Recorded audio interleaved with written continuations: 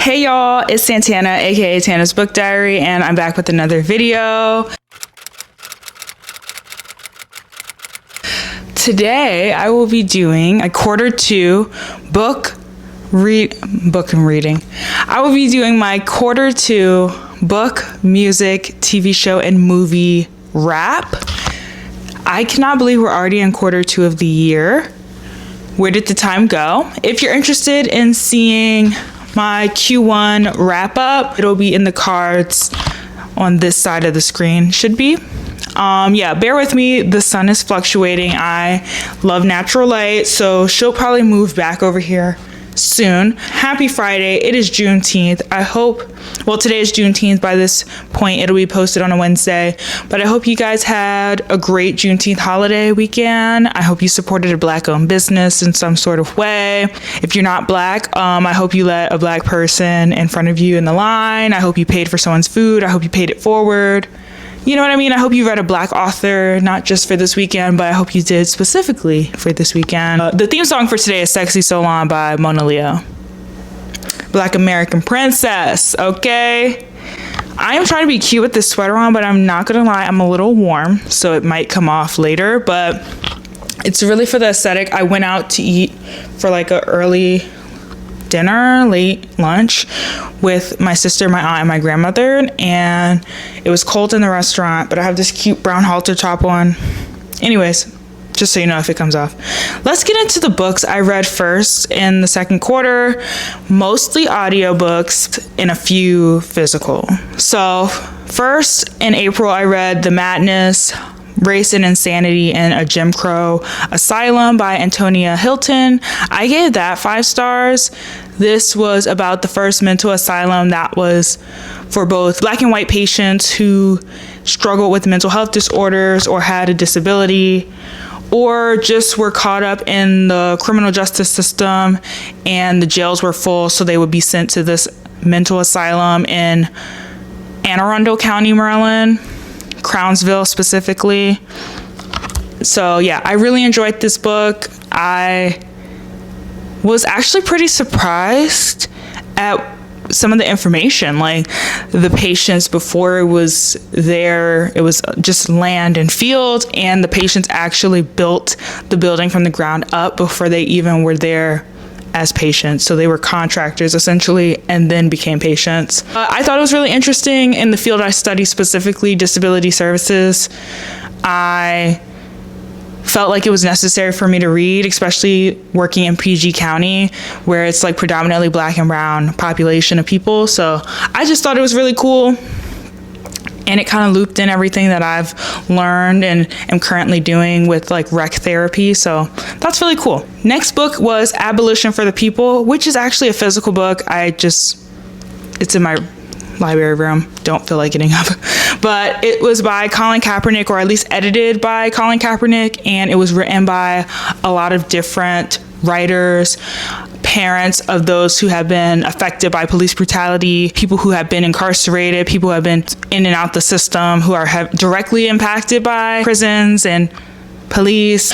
I really enjoyed that book. I like that each excerpt was fairly short, but really to the point, a lot of stats, statistic driven, but there was also a lot of personal testimonies that I also enjoyed seeing, like that lens as well. There was parts about e-carceration, so the uptick in being able to surveil those from their home, so they don't have to go into an actual prison, but they're in prison in their own homes with ankle monitors or apps that can track you when you go too far out of the field you're allowed to.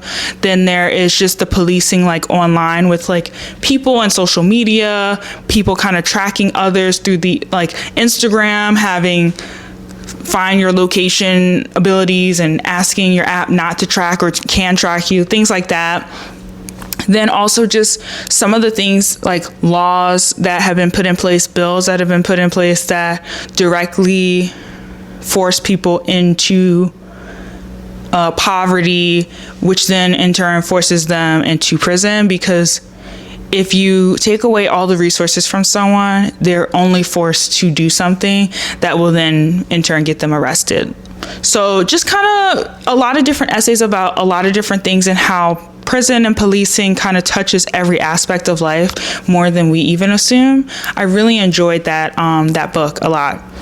And it reminded me a lot of the documentary on Netflix called 13th, which was directed by Ava DuVernay, which is kind of where I started my interest of initially prison reform, and now I just want to defund and abolish prisons and police. At one point I used to be on the reform end, but that movie, and then also reading Are Prisons Obsolete by Angela Y. Davis, and then also reading The New Jim Crow by Michelle Alexander in high school really awakened my thoughts and believing actually we don't need to reform, we need to just defund and abolish altogether. But yeah, I really enjoyed that book. And then for the month of May, I read 4 books. 1 audiobook, 1 Kindle Unlimited book, and then 2 physical books. So the first one was Boomtown by Nick Stone. I gave that 3 out of 5 stars. I had seen a ton of people like raving about this book, hyping it up. And so I was like, okay, I'm going to listen to it on audio. Let me see what it's going to do. And it honestly did get me out of a slight reading slump just because like the premise was interesting, but it kind of fell flat towards the end, which is why I gave it 3 stars.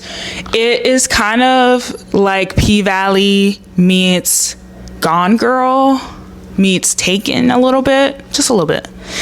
It's a thriller mystery about this stripper who goes missing. She's replaced by another girl who is really young, and everyone's kind of like, why is she even in this field? She doesn't seem like the type to be a stripper, but she is. And she is not identical to the girl who went missing, but she's very familiar. She looks a lot like the girl who did go missing. So people are a little skeptical. People are like, that's weird. But people are like, whatever. Anyways. And the girl who was best friends with the first girl who initially went missing, who also had relations with her, began to do some digging as to how her disappearance and then this girl's all of a sudden like want to be a stripper at this particular strip club was just too on the nose. The timing of it was odd, and her also looking just like her was very weird. So I enjoyed it for the aspect of like the thriller, but I felt like it was really slow. I can't honestly tell you what the ending was, but it just was not anything that I was like, oh yeah, I gotta read it again. Oh, I'm gonna recommend it to you. Like, unfortunately, it just ended up not being something I was like, I love that book. I want to read it. I want to get the physical. You know what I mean? But I had seen so much about it, so I wanted to see what it was. But if you like P-Valley and then you like mysteries, I think you'll enjoy it just for kind of that vibe. But if you're really looking for something that's edge of your seat, constantly wanting to like keep reading, I don't think this is the one. But that was my first book ever by Nick Stone, so I don't really know their writing style, but it just was a little slow for me personally. Next for May was Coming Home by Kennedy Ryan. I gave that 4 stars. It is a novella that is on Kindle Unlimited. It was a part of like a college series or something that I think Kennedy was doing. I just read it. Again, I was kind of in a reading slump at that time, and I really wanted to read something, but something that was quick and to the point. So this was kind of an insta-love, second chance romance. It takes place at a HBCU. We follow our main male character, which is actually interesting, who is a father who is kind of estranged from his daughter. She goes to his alma mater. He's a very successful author and journalist, and so he's taken all over the world and oftentimes can't be pinned down for too long. But he gets a phone call from his friend who is the dean of his alma mater, and they're asking him to be their keynote speaker basically. And he's like a little hesitant about it, but once he finds out that the interviewer is going to be a girl he went to school with, who he had an almost relationship with, will be the interviewer, he's like, okay, I'm gonna do it. I'm gonna shoot my shot when I see her. I'm gonna try to make it work this time. You know, I didn't shoot my shot back in college, and 15 years later I have another opportunity. Let me do it. And it literally is just that. They meet. It's a little rough at first because she felt slighted when they were in school, and she always gave him the time of day. He just never took the shot. He never took his chance. And so she moved on and he moved on. You know, now both of them are single and they don't have anyone kind of tying them down anymore. So they use this reunion, this homecoming, as an opportunity to rekindle that flame. The first physical book of May I read was The Golden Boy's Guide to Bipolar. One of you guys, actually, let me pull up the comments so I can give y'all a shout out, actually corrected me in a video, which I do appreciate. I did not know they go by a different name, so I just want to respect that. Hold on. Let me pull this up. At Call Me Tippy actually told me Sonita Reyes. Hopefully I'm saying their name right, but thank you at Call Me Tippy. They let me know that they go by a different name now. So by Sonita Reyes. This book I'm looking at my iPad. I gave it 5 stars. Really enjoyed this young adult book. Again, one of my goals is to read more books with male main characters, like as the lead. And this one was really good. I enjoyed it a lot. It was a lot of highs, a lot of lows. We followed Caesar before and after he receives his bipolar disorder diagnosis. And we kind of see him in all stages of the disorder, pre and post finding out. He is not accepting of it at all initially. He actually is very anti his therapist and anti the diagnosis. He's like, these people think I'm crazy. I'm not crazy. And I don't appreciate everyone thinking I'm crazy. And he's kind of just in this like, don't talk to me era. Like, he cuts off everyone. He self-sabotages like no other. He's in relationships with women, even though he really loves his best friend Jamal, who they were in a relationship with, broke up because he kind of had a moment where he talked to God, and God told him not to be bisexual, not to like boys, and that you only should like women. So he then goes out with the girl who outed his sister. Like, it is so crazy. And at some points you're not rooting for Caesar. You're literally like, you know what, Caesar, you want to dig a hole and you want to like cut everyone off and just be on an island by yourself? Fine. But then at the same time, you're rooting for him because you're like, you see the potential and you see that he truly needs help and he has a village. He just cannot accept that. Very powerful story. Really enjoyed it. I know that there's a sequel. I don't know which one comes first. The Lesbiana's Guide to Catholic School or something along those lines. So I definitely want to read that book, which is about his sister, Caesar's sister. So I think that would be really cool to get sometime this year, hopefully. But yeah, I enjoyed this book. Then the next one was Keeper of Lost Children by Sadiqa Johnson. I love her down. Sadiqa, you're my girl. Look at that. I ate this book up so much. Anything she writes, I am going to read it. This book is about 3 different people, Ozzy, Sophia, and Ethel. They all are spread across different decades in different parts of the United States and Germany. So Ozzy is a young 19-year-old. He's going off to Germany to fight over there for his country, for his rights. And I'm sorry if I look a little dewy. And the sun is now really beaming on me, okay? And so and also I'm on SSRIs. So I got the sweats. I'm trying to figure that out. If you have any, side note, if you have any like if you have any like ways to like kind of combat some of the sweat, let me know in the comments, because your girl's on Zoloft and I'm like sweating sitting. This is ridiculous, okay? Anyway, back to Keeper of Lost Children. So yeah, Ozzy, he goes off to Germany. He's 19, he's young, he's pretty, to me, naive. Like, he goes over there thinking he's going to be treated a little better, and he gets treated just the same, you know what I mean, as he would in the United States.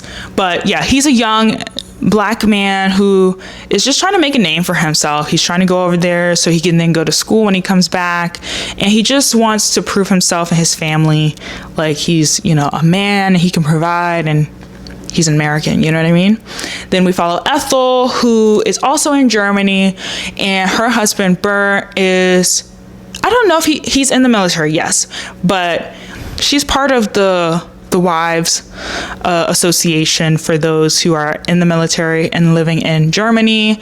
And she's a Black woman who is unable to have children on her own. So that is something we see her at the beginning of the book battling, that feeling of, I'm not woman enough, I'm not able to provide myself and my husband a family, and kind of like that whole beating herself up thing. But she discovers an orphanage in Germany where biracial children, Black and German children, are being left by their German mothers, and they have Black fathers. They're being left because either the German mothers cannot take care of them, the children's fathers have now since returned back to America and cannot take care of the child, or the parents want to get married, they can't in Germany, citizenship is a nightmare, the whole thing. So a lot of kids have been left due to a lot of reasons, and Ethel sees this as an opportunity to, one, provide a family for herself, but also to provide children and family and shelter, safety, all of that for these children to other families in America who might be having the same issue.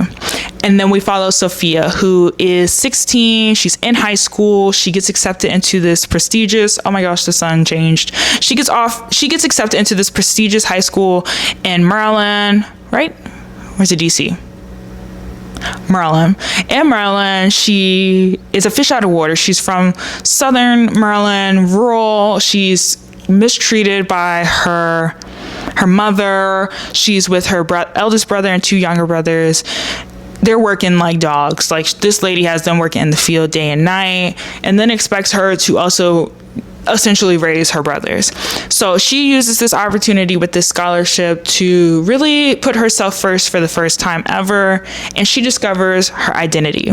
And the 3 of them do cross paths in true Sadiqa fashion. They always cross paths, and I just love this book so much. I could not put the book down, and when I finished it, I was shook up, and I was really interested in the brown baby plan that inspired this book, and it got me watching some documentaries and clips. So I love when books make me think. I love when books make me want to learn more, get me invested. It's just something about that whole thing that I just enjoy so much. I'm such a history girl. Like, that is something that scratches the itch in my brain. And so I really enjoyed that book. So in June, I read 2 books. So far, it's still June. It's June 19th. But the first book of June I finished was Harlem Rhapsody by Victoria Christopher Murray. I also annotated this a lot. I gave this 4 out of 5 stars. It is another historical fiction book. I kind of am in that historical fiction bag right now. I'm really loving this time period of like the 20s and the 40s, the 60s. Like, I'm really loving that era of book right now. And we follow Jessie Redmond Fawcett, who was a literary editor for The Crisis. The Crisis was created by W.E.B. Du Bois, the king of sociology, you know what I mean? Critical thinking. He's really up there, top tier for Black thinkers, especially in the 1920s. So we follow her as she moves from DC to Harlem. She's with her mother. She becomes the literary editor of The Crisis. She's really trying to make a name for herself. She was a teacher at one point, and now she's putting her career really in her hands. And we find out she's having an affair with W.E.B. Du Bois. And I read this book with little knowledge of it. I did not read the synopsis, but I had seen such good things about it, and it was everywhere that I was like, I'm just gonna get it. So I got it at the Christmas market when Mahogany Bookstore was there, and I picked it up, and I finally got into it, and I wish I got into it sooner. Literally before reading this book, I had just watched the W.E.B. Du Bois documentary that PBS posted on YouTube, which I highly recommend you watch if you haven't already. I learned so much more about him. I knew him more from the leader and thinker perspective, but I did not know him as W.E.B. Du Bois, the man, the father. You know what I mean? Like, the friend. I did not know him from that lens. And the main line was, he's a man of many desires. And so we just see her trying to build The Crisis up to the standard she knows it can be, while also battling with the fact that sis is in a whole affair with W.E.B. Du Bois, and like his wife Nina is like always looming. He has a child, Yolande, and he has other affairs that she doesn't know about, and then she finds out. There's also mentions of Nella Larson, Langston Hughes, County Cullen. Like, I just loved all the name drops, everyone that she kind of helped during that Harlem Renaissance era. Zora Neale Hurston, like, it was crazy. I was like, girl, and I had no idea who Jessie Redmond Fawcett was. And again, like I said, with Keeper of Lost Children, it made me want to learn more. And I'm so glad Victoria Christopher Murray wrote this book, because I had no idea how pivotal she was in the Crisis magazine. But I should have known, behind every man is a great woman pulling the strings, writing the books, writing the speeches. You know what I mean? It's craziness. And then last physical book for June so far is Passing by Nella Larson. I ate this book up in a weekend. I actually just filmed a reading vlog for this book on my channel. It'll be in the cards up there somewhere. I really enjoyed this. I gave this 4 out of 5 stars. I kind of had an idea about the book. I've seen the movie on Netflix, but the book has its own details that the movie didn't, that usually goes down. We follow Irene and Claire. Irene is a Black woman. She fully identifies as Black, and when convenient, she'll pass as white, just like running to the grocery store, going to the nicer part of town, things like that. Whereas Claire fully identifies as white, and she's completely passing. She cut off all relations to people that she knew in her past life, and just strictly passes as white. She's married to a white man who is very, very, very racist, and she is completely fine with that. And she runs into Irene at the Drayton Hotel. Irene is shook that that is Claire, her former friend. But Claire then starts to, her love of passing, the thrill of passing, kind of begins to slip away. And she begins to want to go back to the community that she once was a part of. And this really throws Irene off because of the safety aspect of it. And also just like, her attraction to Claire is kind of also something she's battling with, which is why she does not want her to be back in her life. And so I really enjoyed this book.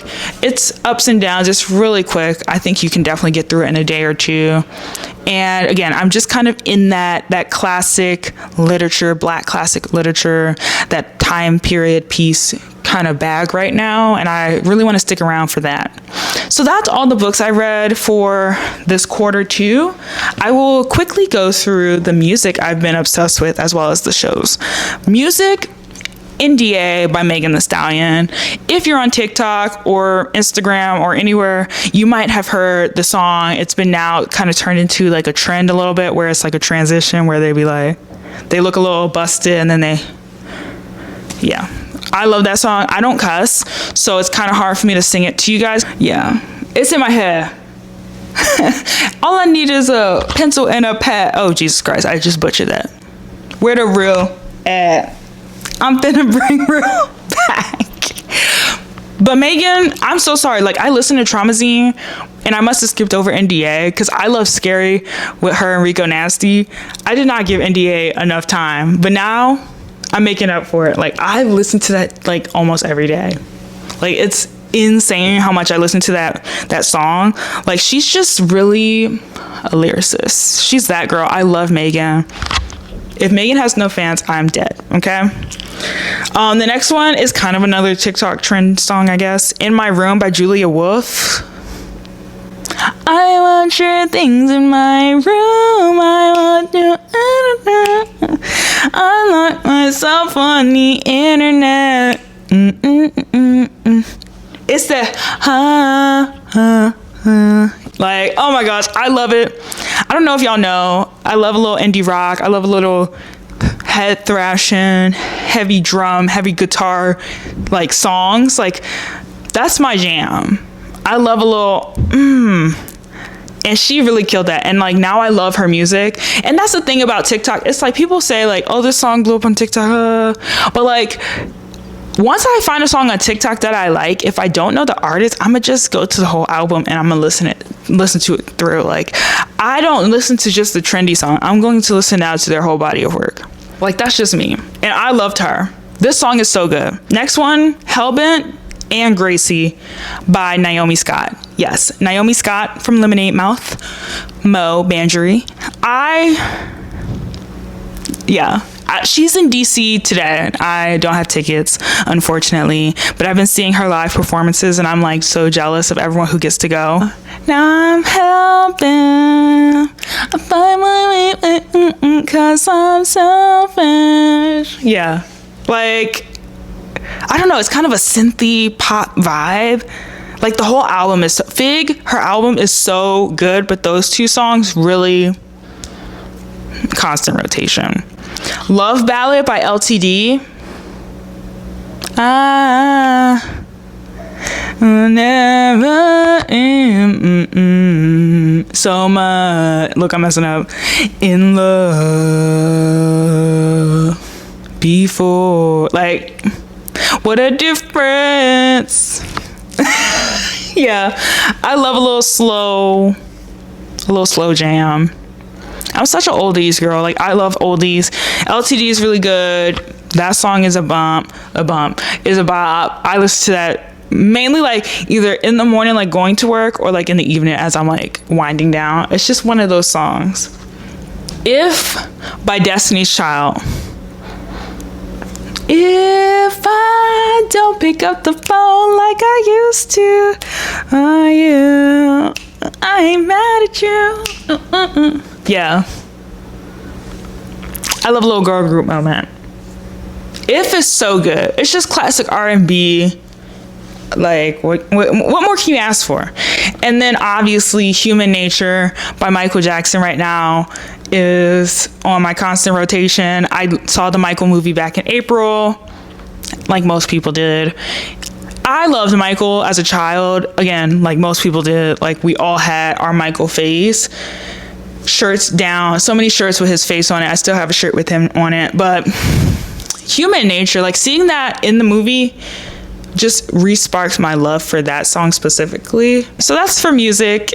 As for TV shows and movies, Love Island season 8 has been something I have been consistently watching with my sister. It pisses me off every time. Like, every day it comes out, I am like, why am I watching this? Why am I rotting my brain? But as a sociology girly, this also scratches an itch in my brain because I love to see how groupthink really works. And I like to see how depriving or like taking people's phones, taking their access to the outside world and throwing them in this villa. I like to see how this also like alters people's perspectives, motives, like what people are doing. Like, it's just craziness how people are like, you're my best friend, I love you, after day 2. But like, when you find out they've been cut off from their phones for 3 weeks before they're even in the villa, and then they're in the villa could be up to 6 weeks with no phone, it's like, actually, I see how you can love somebody after 20 minutes of talking to them. You know what I mean? And how you want to be closed off with somebody after 2 days. But yeah, season 8 right now has been blowing me. I want Kinsey and Corbin off the show. I will not spoil anything because I don't know where y'all are at. But like, if you want to chat in the comments, let's chat. I'm really pissed off at how the show has kind of been playing out so far. I'm not impressed. Let's just say that. Real Housewives of Atlanta, all the seasons. I think I'm on season 7 or 8. Nene Leakes will always be famous. So many quotables, so many good moments. Like, Portia's hilarious. I just enjoy the show so much. I did watch Euphoria season 3. Hated the ending. 0 out of 10. Wouldn't recommend. Sam Levinson, you will, pay for your crimes. I really wish Rue had a better ending. I won't, again, spoil too much. Make with that information as you will. I just know what I would have did if I was the director. Not that, okay? I would have done something a little more hopeful, a little more like, okay, I feel good knowing like this is the wrap. I think that this is the end of season 3. I hope it is. I hope they do not give this man any more money for season 4. I hated every scene Sydney Sweeney was in. It felt very forced. I felt like it was propaganda. I felt like they were trying to make me like her. It actually made me dislike her even more. I just felt like they did not utilize who they should have utilized enough. I didn't think Rue got enough of a storyline. I felt like Zendaya was kind of cast aside, even though I feel like this was her show. Like, this was about Rue, and everyone else was kind of like in the background. We should have got more focus on her family. Ali didn't get a good storyline until towards the end. Leslie, who is Rue's mother, Nika King, like the actress who plays her, did not get enough screen time either. I felt very like this was a here y'all go, like y'all been asking for it. Like it didn't feel fleshed out, and I just watched it to be able to formulate an opinion on it, and I wish I could have just like not. Like I said earlier, I watched Michael in theaters. I enjoyed it. I am a Michael fan, so a lot of the information I already knew. I do wish we kind of did a little more delving into his life and in the music, but I know there was a lot of legal issues behind the scenes. I know they had to cut all of Diana Ross's scenes out for reasons we all might be aware of. I'm not sure. But yeah, I thought it was great if you did not know Michael. But I had seen the Jackson, like the American Dream, the Jackson American Dream, Family Dream. Why am I like struggling to say that name? But I've seen the 7-hour miniseries. I have seen clips, documentary, This Is It, you know, like I've seen all that. So seeing this movie, I do appreciate that it was from the family's perspective, or like the family had more into it than any of the other movies. But I just felt like we knew this stuff already, but you know what, for a movie it was good.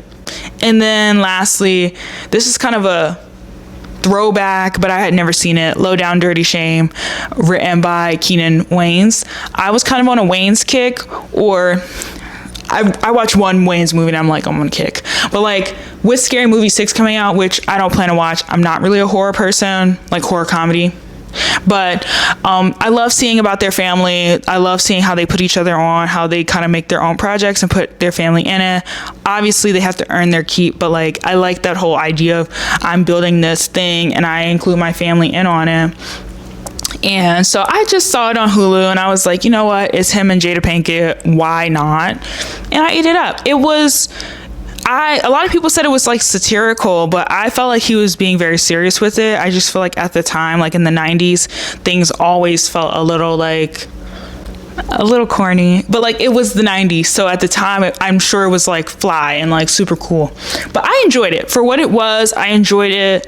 It was cute. His chemistry with Jada was like chef's kiss. Like I really enjoy her character as Peaches, and the scene where she's like does a flying kick, hilarious. I love Jada. I wish so many people did not disrespect her. She's actually an amazing actress.